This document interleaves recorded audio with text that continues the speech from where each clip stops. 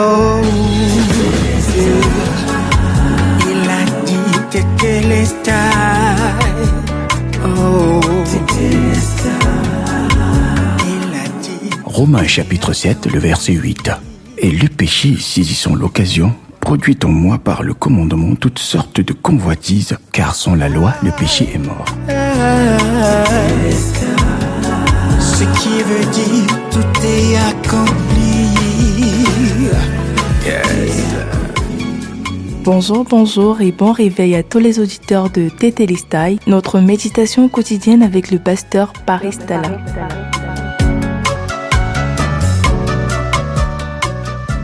Alors bien aimé, ce matin encore, je suis très reconnaissant pour l'occasion que Dieu nous donne de méditer sa parole. Depuis un certain temps, nous sommes en train de parler de la différence claire entre l'évangile et la religion.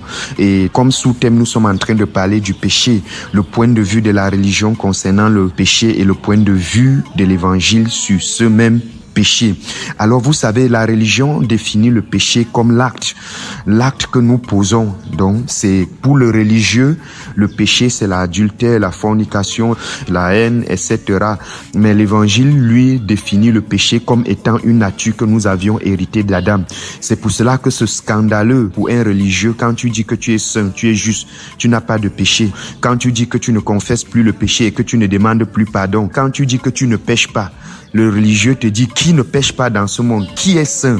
Pourquoi? Parce que la religion a faussé véritablement les définitions de certaines choses. La religion est dans le monde de l'apparence. La religion insiste sur une bonne apparence, un bon comportement, un bon caractère. Oui, quand tu as un bon caractère, un bon comportement, pour le religieux, tu es un bon chrétien. Ça veut dire que tu mérites d'aller au ciel.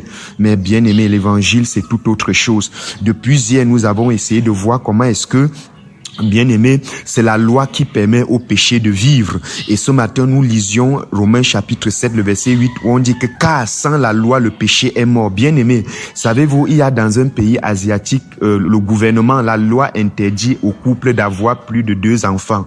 Et si tu habites dans cette nation, tu es soumis à cette loi. Donc ça veut dire que si vous vivez dans cette nation, vous êtes autorisé à avoir au trop 2 enfants.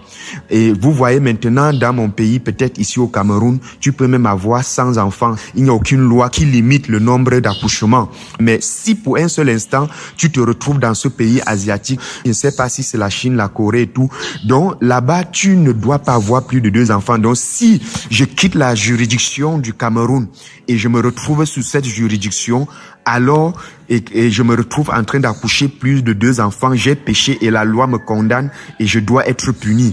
Mais si je quitte cette juridiction asiatique et je me trouve au Cameroun, je peux avoir autant d'enfants que je veux. Bien aimé, c'est la même chose dans la Bible. Si tu quittes la juridiction de l'Ancien Testament, ou si tu quittes sous la loi, tu entres dans la juridiction de la grâce, bien-aimé. Le péché n'est plus ce que tu penses, bien-aimé. Sous la loi, le péché pouvait être le vol, le mensonge, la haine et tout. Maintenant, sous la grâce, ce n'est plus ça le péché.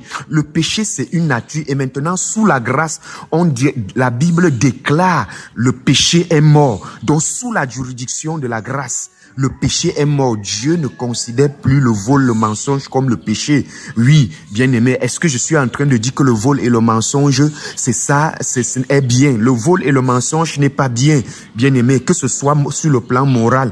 En fait, quelqu'un n'a pas besoin d'être chrétien pour savoir que l'adultère et la fornication n'est pas bien parce que tu te détruis et tu détruis les autres. Je voudrais tout simplement élargir le champ de ta connaissance en te faisant comprendre aussi, bien-aimé, ce matin à partir de la Bible, que les gens n'iront pas en enfer parce qu'ils ont volé, parce qu'ils ont tué, parce qu'ils ont menti. Tu seras surpris de voir quelqu'un qui a tué, qui a commis l'adultère, qui a menti se retrouver au ciel. Par contre, toi qui n'as jamais commis l'adultère, la fornication et le mensonge, tu te retrouves en enfer.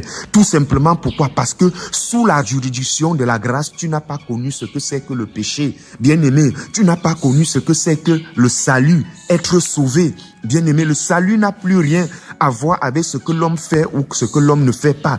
Car sans la loi, le péché est mort. Donc, sous la grâce, en Christ, le péché est mort. Bien-aimé, le péché n'existe plus parce que la loi a été aussi supprimée. C'est pour cela que la Bible dit, il n'y a maintenant plus de condamnation pour ceux qui sont en Jésus-Christ. Donc si tu es en Jésus-Christ, si tu es sous la juridiction christique, dans le monde de la foi, dans le monde de Christ, bien-aimé, il n'y a plus de condamnation dans ta vie. On ne peut plus te condamner pour quelque chose que tu aurais fait ou n'aurais pas fait. Or, tu n'iras pas au ciel ou en enfer. On ne peut plus te condamner, bien-aimé, pour un acte. Alors, qu'est-ce que le péché pour toi? Jusqu'ici, la religion définit le péché comme étant le vol, le mensonge, la haine, la calomnie, l'adultère, la fornication et toutes ces choses. Maintenant, qu'est-ce que l'évangile? L'évangile a défini le péché comme étant une nature que nous avions héritée d'Adam. L'évangile définit le péché comme étant ce vieil homme que nous avons hérité, dont sans péché nous étions des pécheurs. Et maintenant, cet évangile dit qu'en réalité, le péché a été crucifié. La loi a été crucifiée. Le vieil homme a été crucifié. La nature adamique a été crucifiée. Raison pour laquelle il n'y a plus de condamnation dans notre vie. Alors, qui te condamne, bien-aimé? Pourquoi?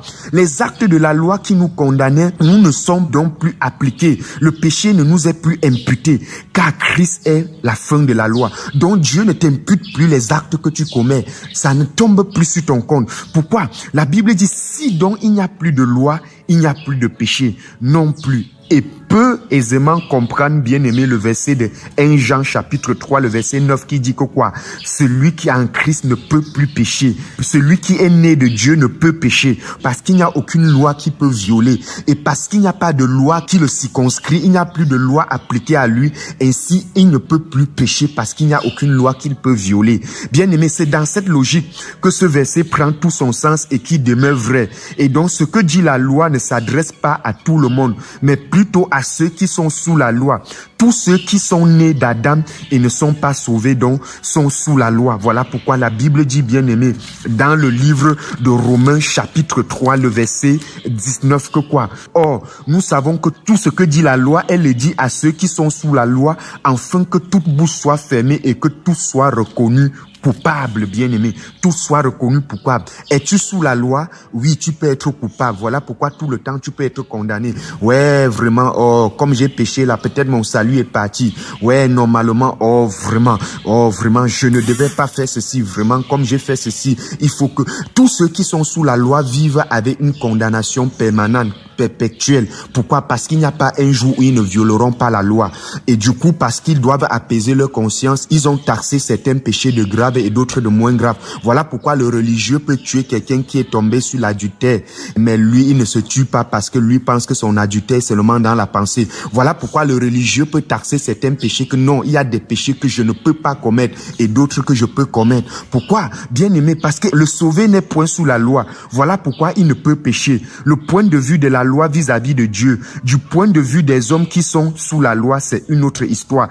Est-ce donc à dire que nous devons nous lâcher de poser les actes condamnables par la loi parce que nous ne sommes pas sous la loi? Bien aimé, je ne suis plus esclave du péché. Je ne suis plus esclave de la loi. Je suis esclave de la justice de Dieu. Je suis sous une autre juridiction où Dieu ne me condamne pas, où Dieu ne m'enverra pas en enfer parce que j'ai volé, j'ai menti ou j'ai calomnié. Je suis sous une juridiction qui dit que quoi? Les gens qui vont aller en enfer partent en enfer parce qu'ils ne croient pas que leurs péchés ont été pardonnés. Les gens qui partent en enfer ne partent pas parce qu'ils ont volé, menti, mais juste parce qu'ils ne croient pas que tous les péchés passés, présents et futurs ont été lavés, pardonnés, juste parce qu'ils ne croient plus qu'ils sont sous la loi. Et comment savoir que quelqu'un peut même être à l'église, il s'appelle pasteur, prophète et tout ça, mais qui n'est pas encore sauvé, il est sous la loi? C'est ceux-là qui confessent encore les péchés et demandent pardon à Dieu. Pourquoi? Parce qu'ils se disent que Dieu les tient encore coupables pour les actes qu'ils ont commis. Alors, chers frères et sœurs, tu es saint, tu es juste, tu es parfait en Jésus-Christ. Nous continuons demain. Il a dit, tout est accompli. Vous venez d'écouter Tétélestai, un enseignement qui vous est produit par la Midikrad, la mission de la dispensation de la grâce de Dieu. Notre devise, prêcher la grâce et l'amour inconditionnel de Dieu manifesté en Christ. Vous pouvez nous contacter au 675 27 16 77 ou encore au 698 76 73 75. Vous pouvez aussi nous suivre en vous abonnant à nos différentes plateformes telles que Facebook Midigrade, YouTube Midigrade, Twitter Midigrade Mission et Instagram Midigrade Mission. Tetelestai, tout est accompli.